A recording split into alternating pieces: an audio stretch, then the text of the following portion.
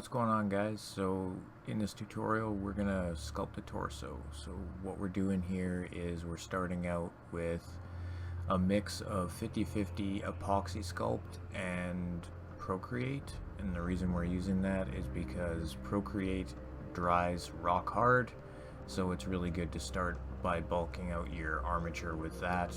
I mix epoxy sculpt with it because it makes the Procreate more malleable and it lowers the drying time. Epoxy sculpt has a working time of 1 to 3 hours, so this helps with getting all of that drying quicker. So what we're doing here is we have a toothpick with a head on it. This is just what I use to start out torsos because it's really easy to get the scale at the proper scale for what I'm trying to do here just by using a toothpick. You can do the same with metal, but I find because wood is porous, it makes it easier.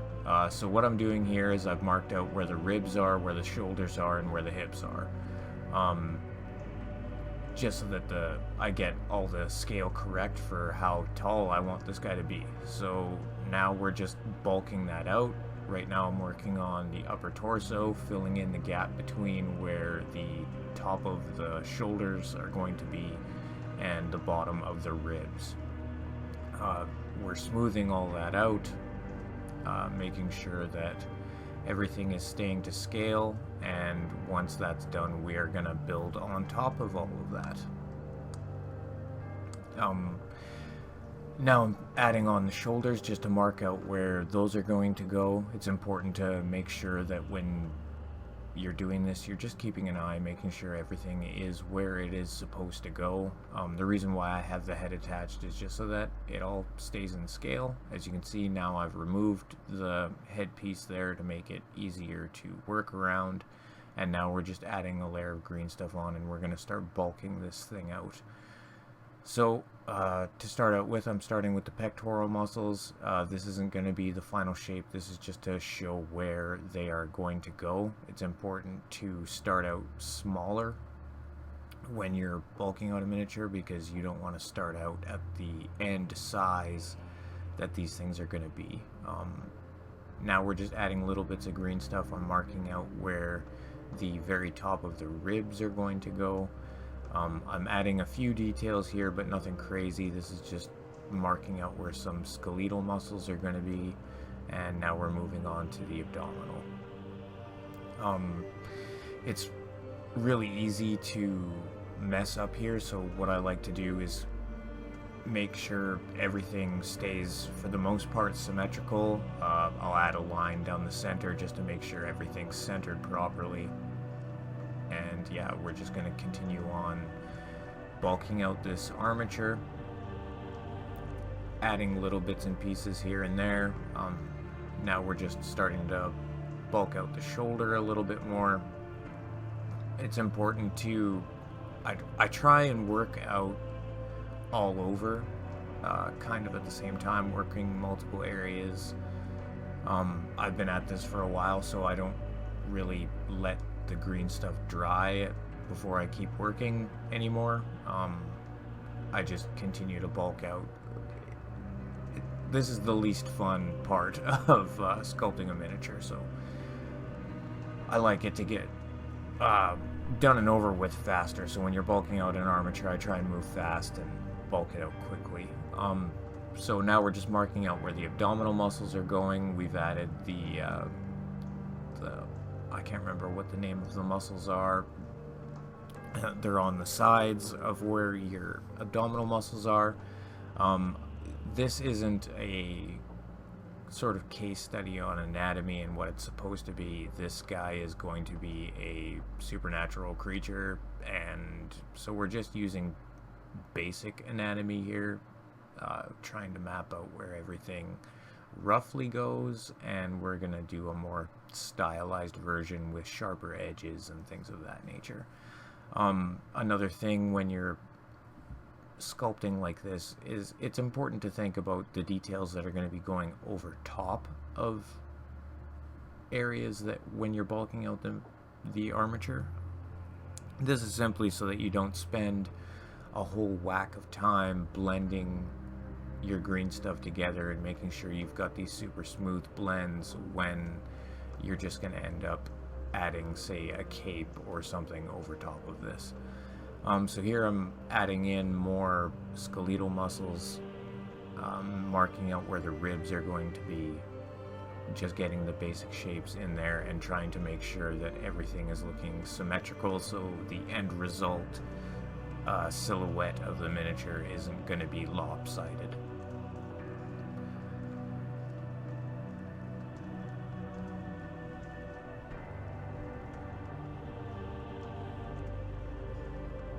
Now we're moving on to the back. It's important to keep your center line on the back as well. We're just marking out where the middle of the back is going to be and connecting it to the front. Again, we're working in small layers. We're going to build this up slowly. You don't want to start by adding on too much and ending up with a miniature that's going to be way too large.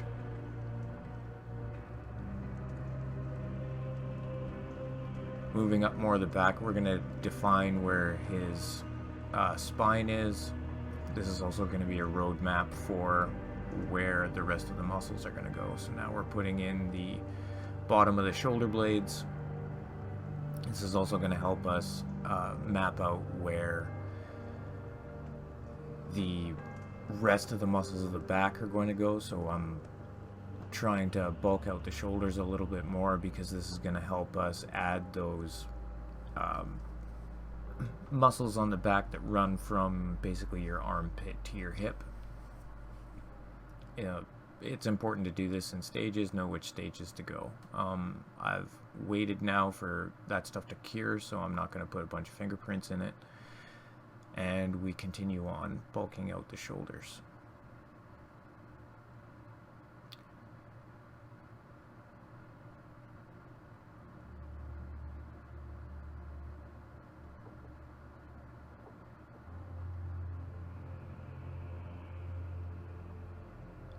It's important when you're working at areas like this too, in and around where the face is going to be. It's very important to make sure that you get your shapes right, because when someone looks at the miniature, you want to make sure that the silhouette of the miniature is correct. It's very important that the overall pose and everything of the miniature here is where you're going to be mapping that out. So you want to make sure that everything looks right, and if you're going for symmetry and things of that nature, that here is where it is most important, and you want to make sure that's all mapped out correctly. So now we're adding the wing muscles, I guess I'm going to call them. I really need to get up on my musculature, but I can sculpt it. I just can't name all these muscles. So again, we're just blending it into the hip area and into the area on his back where we mapped out where his spine's going to go. These muscles here are very difficult to make sure that they look symmetrical. It's very easy at this stage to make your miniature look lopsided. So now we're just adding on more little dollops of green stuff, trying to make this model even on both sides. Here I'm adding the lower portion of the pectoral muscles. We added the upper ones on as a roadmap, and now we're just sort of filling that out, making sure everything looks correct. This is another area where you want to make sure that you are maintaining symmetry between the two sides.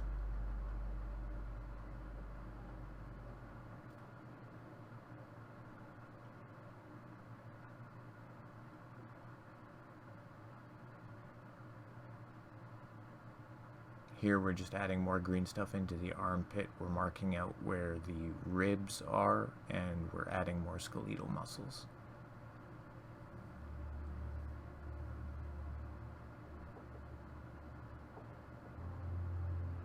Again, this is a more stylized version, so I'm going for more muscles rather than less. Here I'm marking out where his traps are. These are going to be a prominent feature for this miniature because he's going to be wearing a cowl and a cape, and that's going to be draped over top of this. So I want to make sure that this is bulked out correctly and has the correct silhouette so that when that cape goes over top, it maintains that the right look. It's got the right bulk. And we're probably going to revisit this after as well because this is a prominent feature and I want to make sure that it looks absolutely correct when we go to drape that cape over top.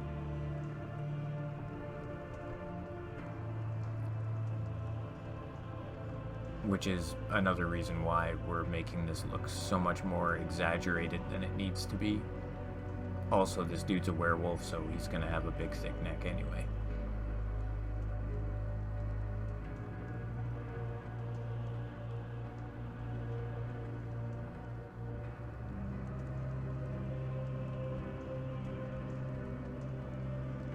Here we're adding the muscles that run the length of your spine.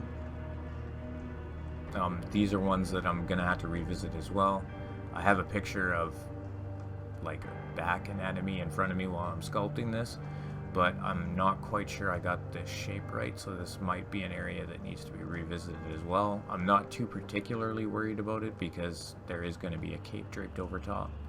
So sometimes as a sculptor you make mistakes as well. So here you just saw me chisel off his entire abdomen and we're revisiting it, and instead of just putting a blob of green stuff on there and sculpting his abs from one piece, we're gonna slowly add them one or two at a time and work from there. I also wasn't happy with how his ribs and skeletal muscles were looking, so we're gonna revisit that as well. So I just took my hobby knife, it's got a chisel blade on it, and I just literally went underneath it and cut it off. So here we are, we're just reshaping this. We're making sure that they're roughly the same size, same shape. As we move down, obviously those muscles get smaller, so we're getting to use less and less green stuff.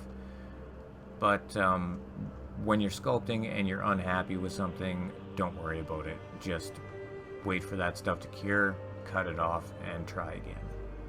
Trial and error is the name of success, and it's the same with painting. So just don't get discouraged, cut it off, try again.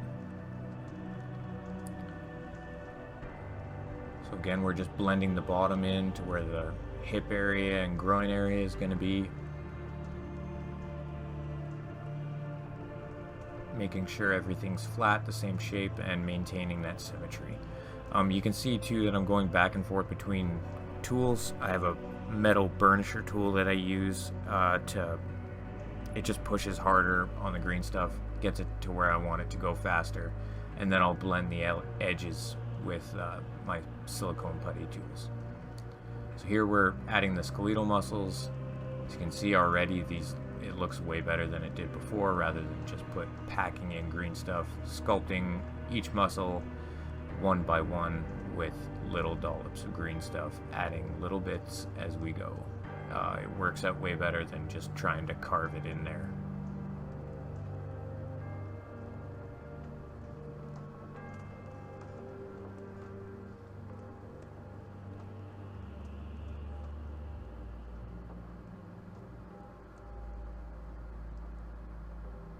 Again, here we're just smoothing the edges with the silicone tool, cutting off excess because that one's a little bit too big, and then blending that area back in.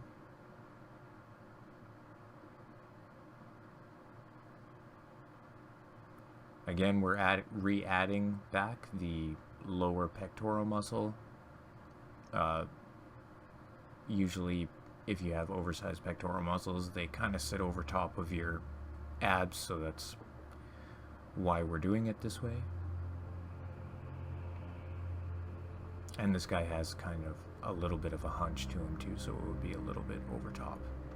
And now we're just making sure that both sides are symmetrical. We're just adding a little bit of green stuff to either side of his hips here, just to sort of make that angle that we had there not so harsh. And now we're just kind of smoothing and redefining everything. Slowly working away, making sure everything's all symmetrical. And there you have it. There's our torso. So there is the first part of the series where we're gonna sculpt a miniature from scratch. So I hope this helped you sculpt your own torso. And if you have any questions, comments, or concerns, leave them in the comments below. Thank you all for watching, and I'll catch you on the next one.